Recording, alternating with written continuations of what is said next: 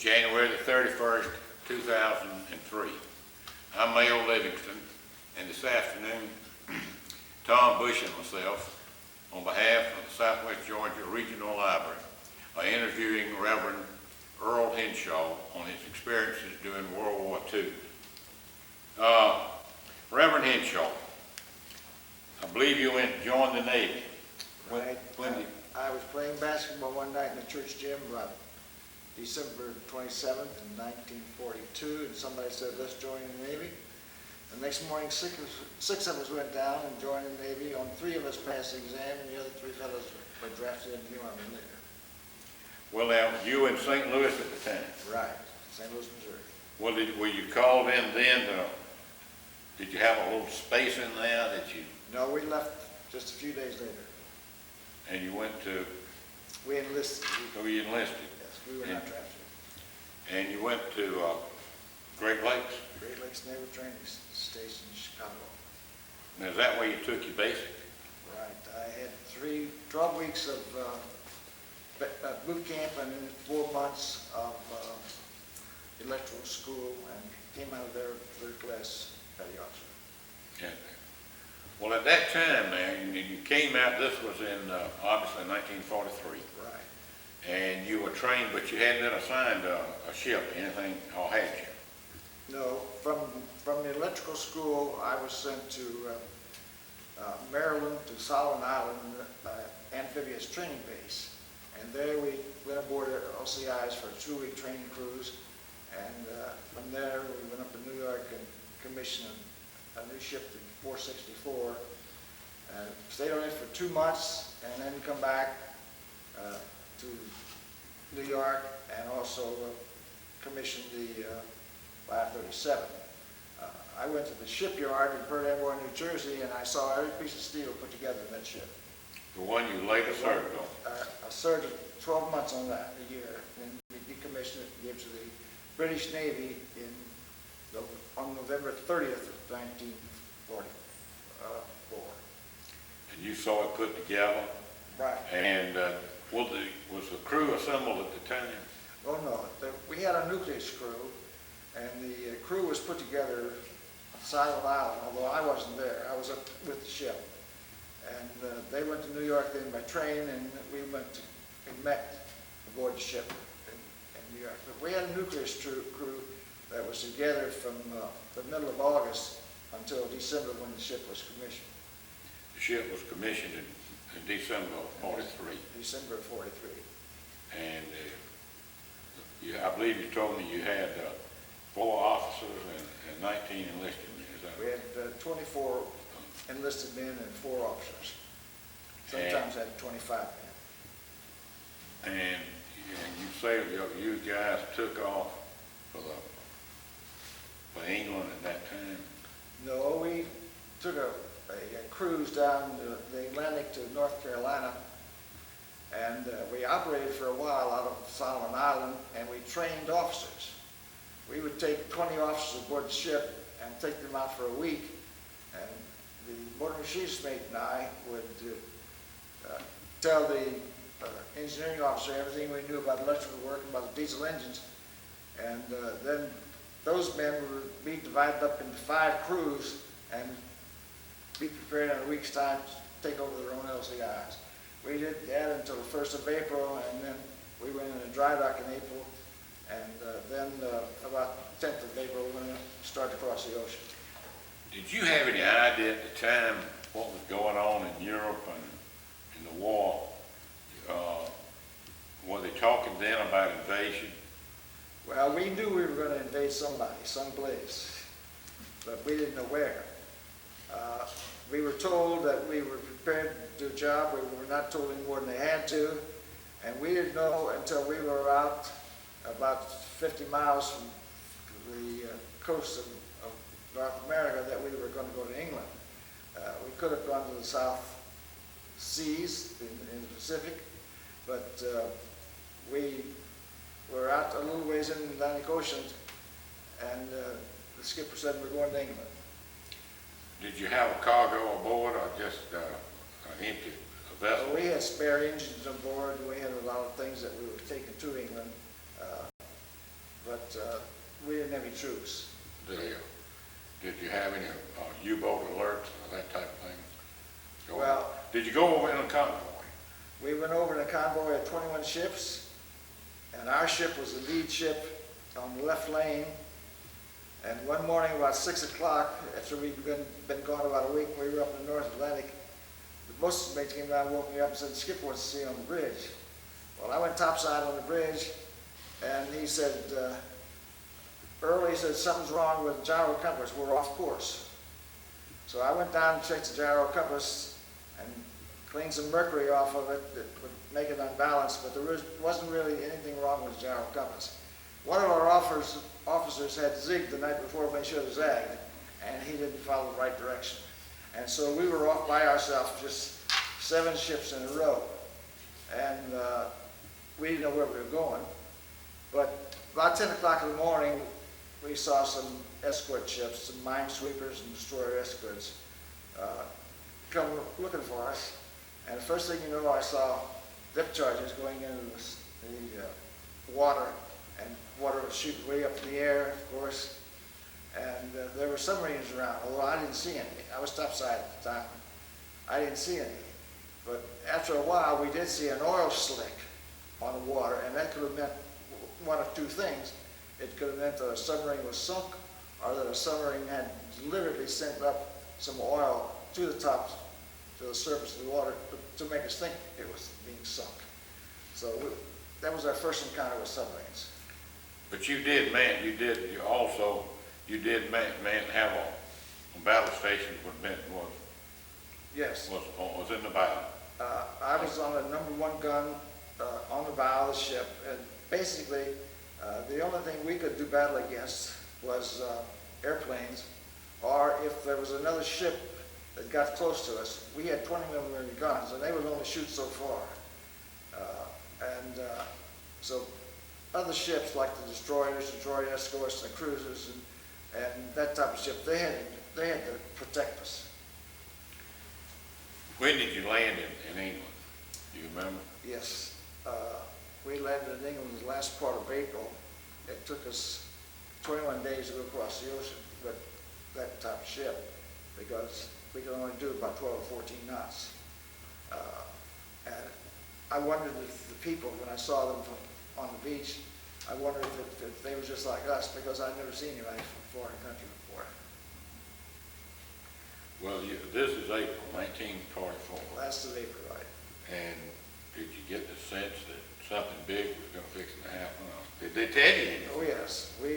I mean, it was coming. We knew something big was going to happen, because every night German high-altitude bombers would come over and drop bombs someplace in England. And sometimes they would know where our ships were. They would drop bombs down into the water, but I never did see them hit a ship. They evidently weren't very accurate, but they would drop flares down, and it would light up the place in red. And I guess they thought they were seeing us, but we never did get hit.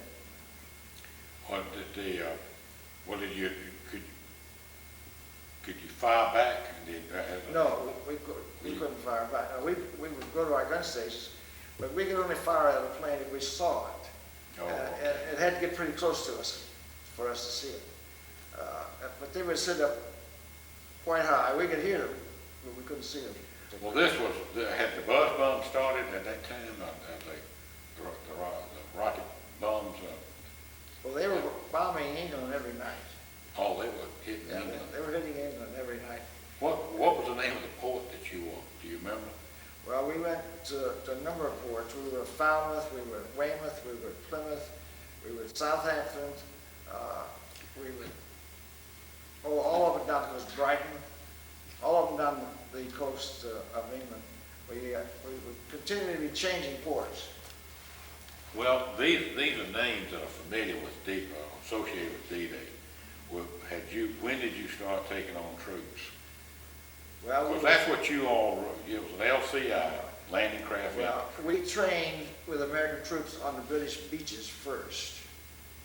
And one night, there was a group of ships training and landing on the beach, and German gunboats came and blew everything up.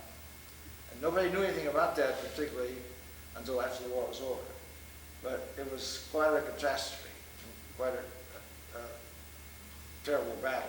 There were over 800, close to 800 soldiers killed when the E-boats coming through. And that, But, you were part of that? No, I was not part of that. We were in port someplace. But we took on troops on Friday. The 6th, the Sunday was the 4th, so that had to be the 2nd of June. We took on troops. We thought we were going to go over on Saturday night and invade on Sunday. But because of the weather conditions, Eisenhower saw a window on Tuesday through which the weather would be halfway decent and we could go in Tuesday morning. So we did not leave England until Monday evening, which was the 5th of June.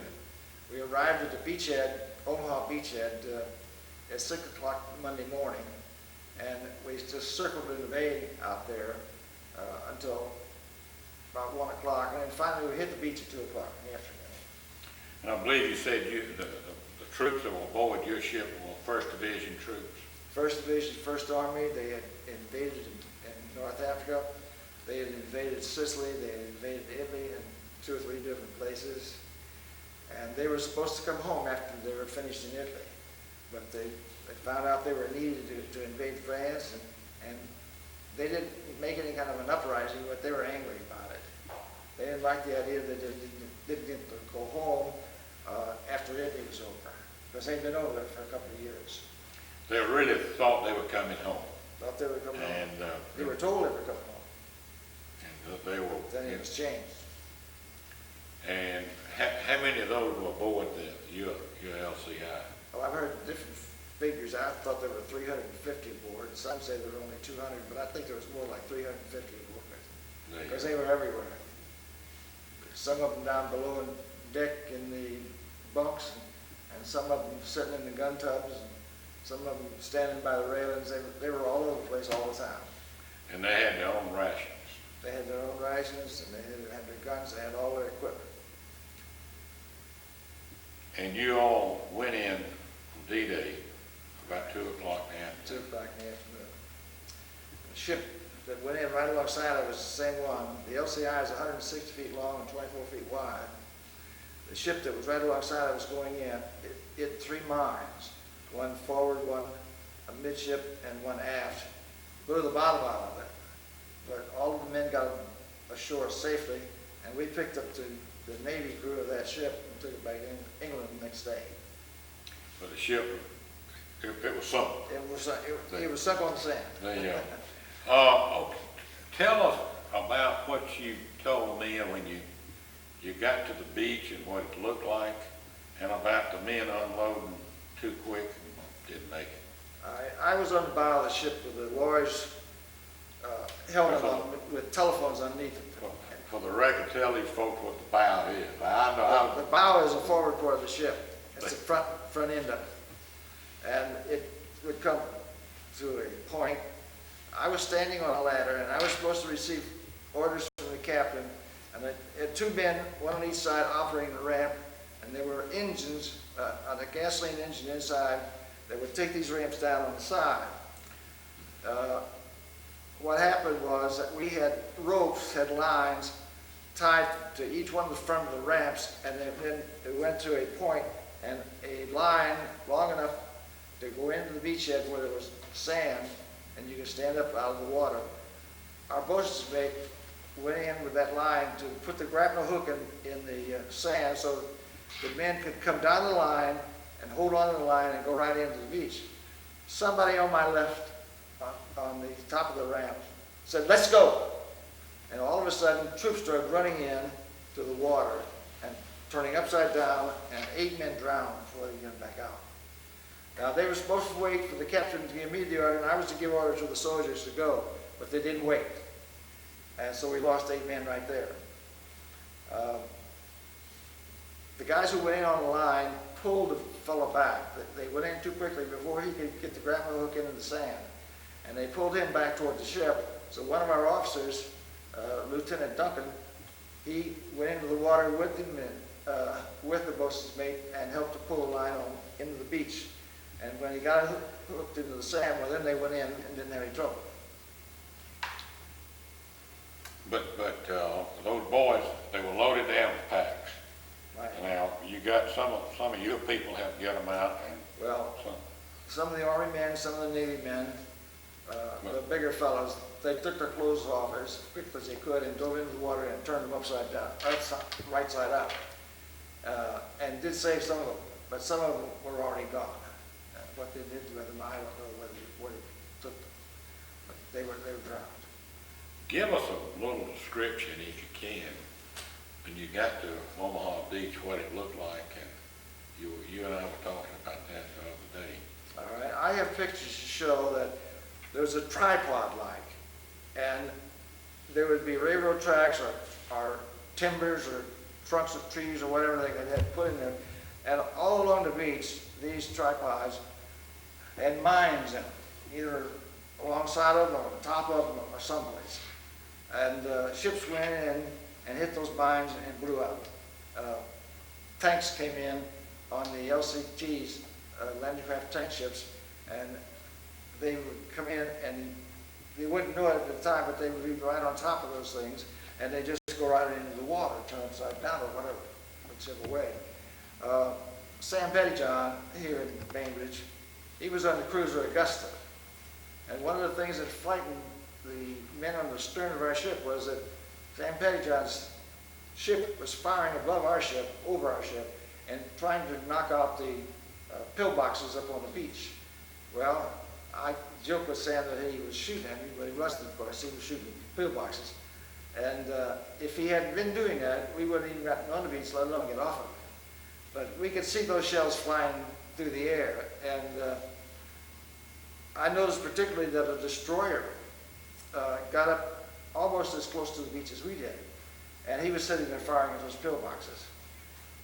There were soldiers all over. They'd been going in since early in the morning, and men were dead, lying in the water, lying on the sand. And some men, of course, were lying there waiting, because some of those pillboxes were so camouflaged and so entrenched with iron and with steel rods and concrete that the Navy couldn't knock them out. And the soldiers had to crawl up on their stomach and kill them in behind the guns in order to silence those guns. It wasn't an easy task.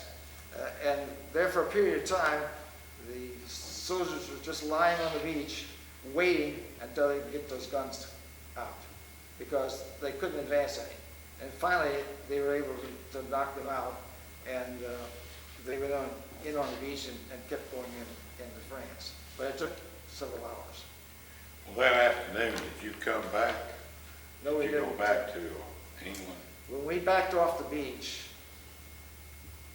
our line for our anchor, it's a steel wire. It's wound up on a winch on the stern of the ship.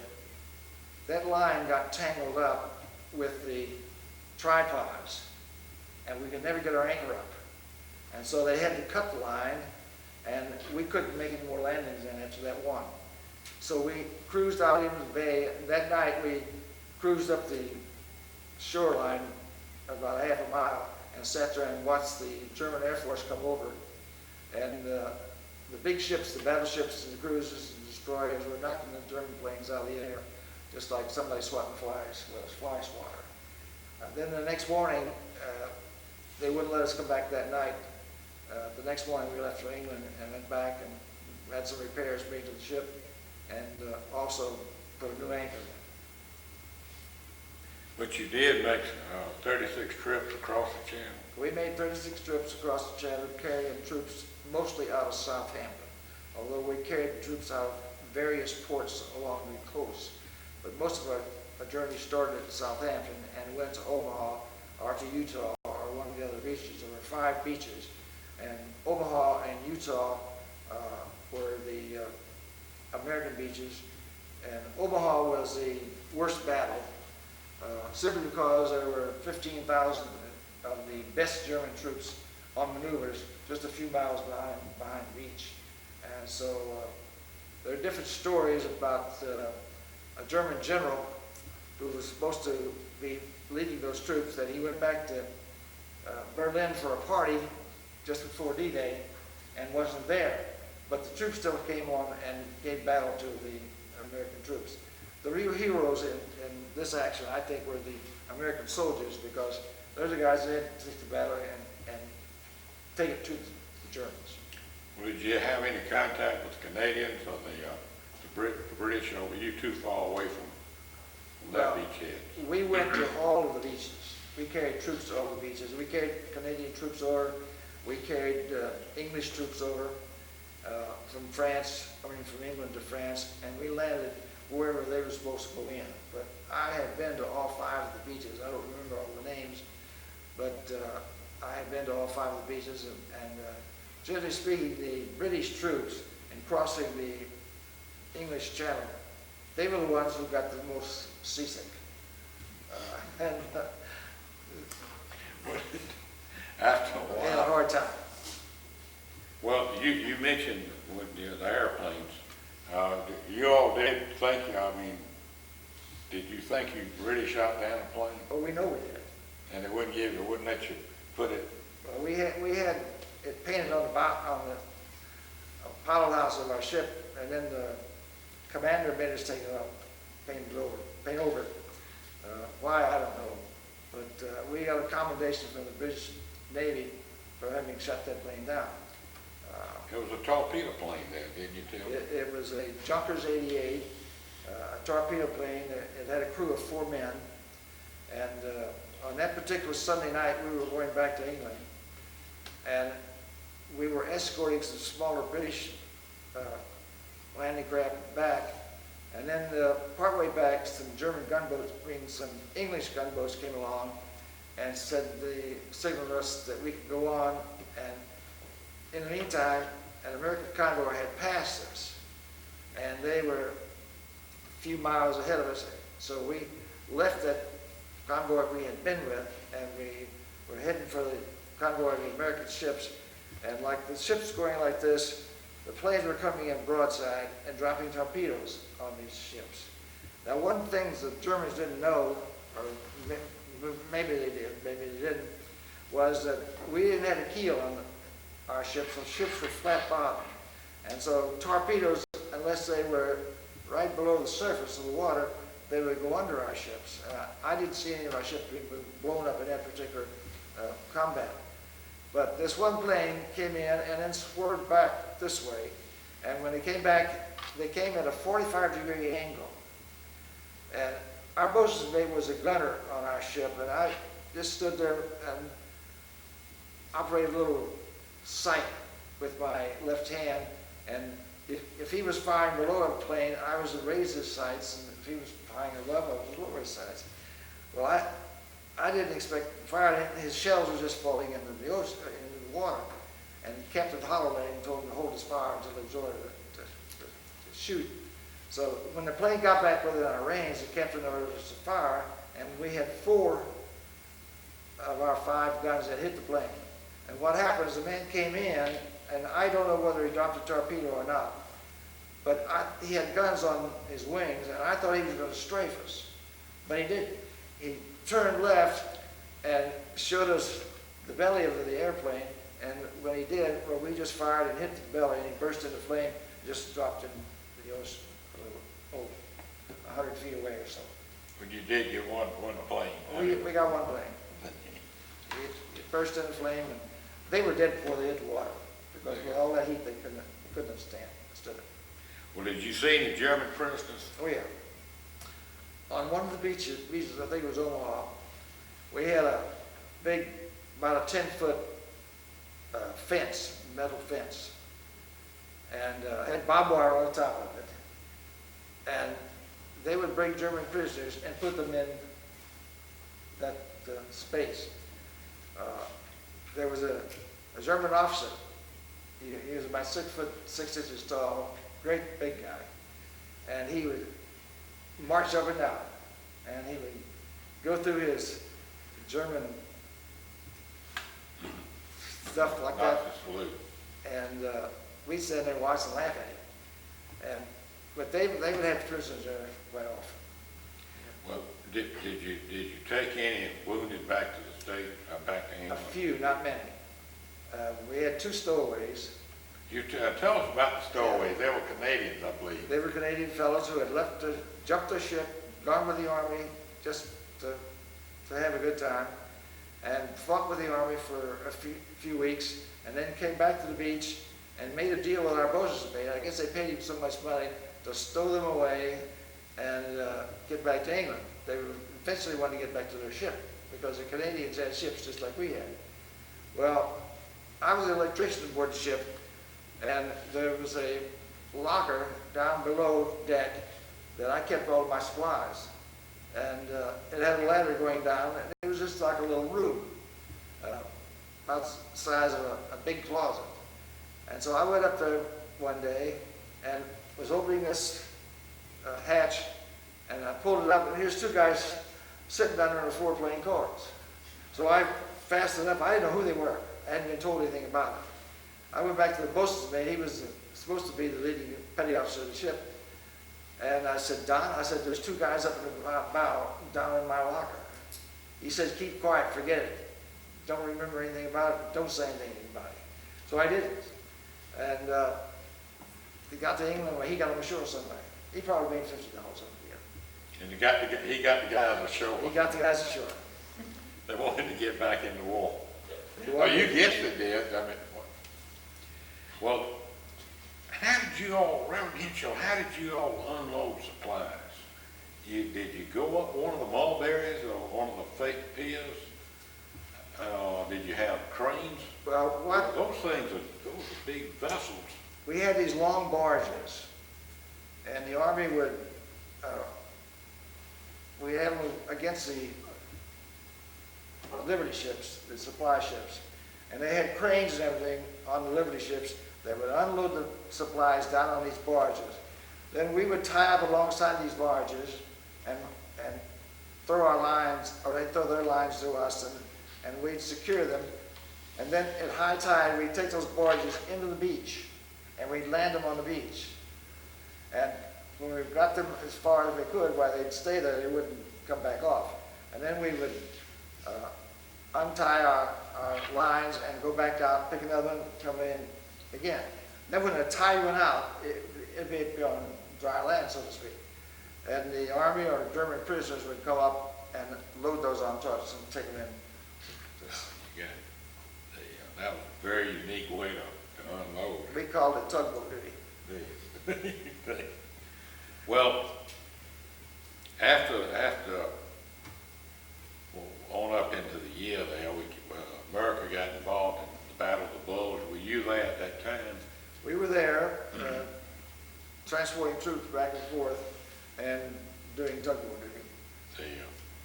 You never did you ever go ashore much? I mean, No, I shore about a mile inland into France off of Omaha Beach, and I got scared because there were trooping landmines and I didn't want my legs blown off. And they hadn't cleared all that yet. Well, the Germans had mines all over the place. Yeah. And they cleared a path for us to go, and they cleared as many as they could take time for. And I guess they supposedly got the beach cleared, but I wasn't going to trust it. Yeah. Well, what happened? You spent the rest of 1944 and part of 1945 on tugboat duty. Well, we were on just 44. We came back to the States about the 10th of December. We were put aboard a Liberty ship and came back, and I got into New York on the 23rd of December and got home at 6 o'clock on Christmas Day. Well, you decommissioned the boat and turned it over to Right. the English. We decommissioned it November 30th in Edinburgh, Scotland, and turned it over to the British Navy and left it there. It kind of made us angry because we didn't want to leave the ship there. We wanted to take it out to South Pacific. You pretty certain then you were going to the Pacific. Well, most of the fellows did.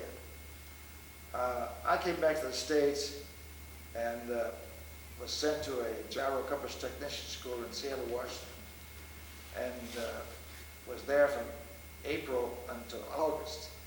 And I thought I would go on a large ship as a gyro compass electrician. But the war was over then. And so they sent me from Seattle, Washington, went to Miami, Florida, and was in the training crew for a seagoing tugboat. They had more electricians, gyro compass men than knew what to do with then. But then an oil tanker called a YOG-88 had been commissioned in Philadelphia and came down the Atlantic coast to Miami where we were.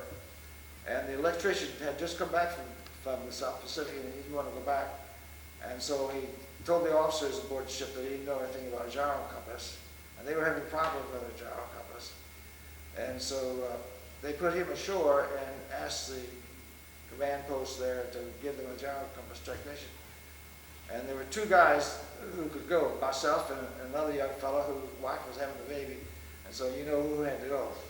I did. And I got aboard the ship, and one of the main problems that those ships had underway was that down in the engine room they had one switchboard, and they had two generators on the side, and the voltage had to be kept at 120 volts.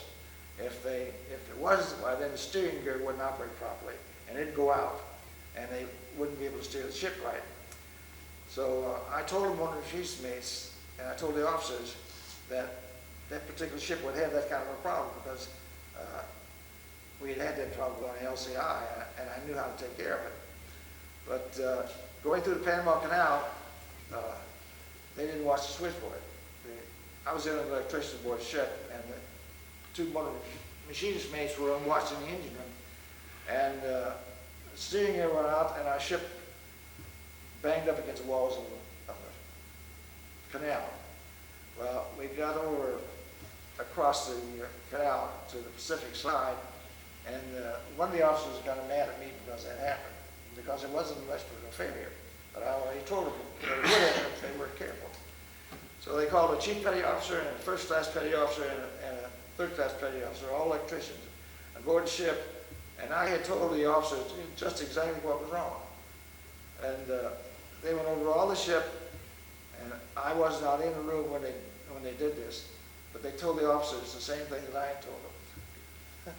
And so they cleared me. Well, you went on up to San Diego. You went to San Diego. We went to San Diego, and somebody gave us a message that we were not to go to the Philippines. We were headed to the Philippines. And somebody said, you're not going to the Philippines, you're going to stay here in San Diego. You're going to load your ship up with oil at night, and you're going to go out in the harbor during the day and refuel ships. So I spent the last 8 months I was in the Navy refueling ships in the harbor of San Diego. Well, where were you when you heard about the atomic bomb and Japan's surrender? Were you in San Diego? No, I think we were in Miami at the time. There you go. And the only time you got to San Diego, you knew it was all over. It was all over. Yeah, it was over the last of August, if I remember correctly. Right. And that's when we left Miami to go to San Diego. When did you finally get out? Well, I was supposed to get out in February of 46. I had the points to get out, but they froze all electricians. And so they kept me until the 1st of April instead of letting me come home in February. And in order to get out, I had to go before the captain of the base in San Diego. And he tried to talk me into staying in the Navy for some reason, but I don't know why. And I was second class petty officer, and I could have been first class on that ship a couple of months before that. But I didn't want to take the time to study for it and take the test. And so he says, we'll just make you first class right now and give you chief 2 years if you're staying in the Navy for 6 years. And I said, sir, I want to go home. When did you go into ministry? Was that soon after that? But did anything happen while you were in service that affected you going into ministry? I had gone to church all of my life and can remember back from the time I was 4 years old. But if anything, one thing affected me so far as ministry is concerned was on D-Day, when it was announced in the United States that we had invaded. My church choir had practice on Tuesday night, and they didn't practice. They spent the time praying for me. And this showed me how important the church was, how important God was. It showed me how important prayer was. And the fact that those people cared enough about me to spend that time in prayer instead of preparing their song for the Sunday morning worship, I never forgot it. It's been a very emotional thing for me. It was during my stay in California that I really knew that God had placed His hand on me, and my responsibility was to go into the ministry. You've been a wonderful asset to our community and the people you serve. Do you still go to the reunions? I think you're the chaplain. Right. We have a reunion every year, and there were 900 of these LCIs built during the Second World War. We have a membership of about 3,000 of the sailors who served on those ships who belong to our organization. This year we're going to Washington, D.C. Last year we were in San Antonio, Texas. And in 2005 we're going to Portland, Oregon. And the officers arrange where they're going to serve, where they're going to hold the memorial service. And my assistant chaplain and I conduct the service, and we read the names of the men in our organization who passed away during the previous year. And last year in San Antonio, we had close to 200 that had passed away. Well, did anybody on those LCI, or any of them killed in action? Oh, lots of them. There were about 7 LCIs sunk on Omaha Beach in the invasion of France. And one captain of an LCI received the Congressional Medal of Honor for his work in South Pacific. What, have you been to the cemetery on Normandy? I've seen it, yes. Well, they have a section there for the Navy. I mean, Right. Well, now, a lot of Coast Guardmen, Right. Coast Guard had LCIs. they had the LCI. Right. They operated with the Navy. Was there any reason for that? I mean, maybe they were trained to handle small ships. I don't really know just exactly why the Coast Guard had LCIs, because they primarily were to protect American ports. But they had ships. They had ships that served as escorts for our delivery ships, our supply ships going across the ocean. I had a cousin who was in the Coast Guard, and he went across the Atlantic a number of times. He was on a Coast Guard cutter. And they could throw depth charges off the stern of their ships just like the Navy ships could. And so they could do escort duty, and they did that all during the war. Reverend Henshaw, anything you'd like to add that we haven't covered this afternoon?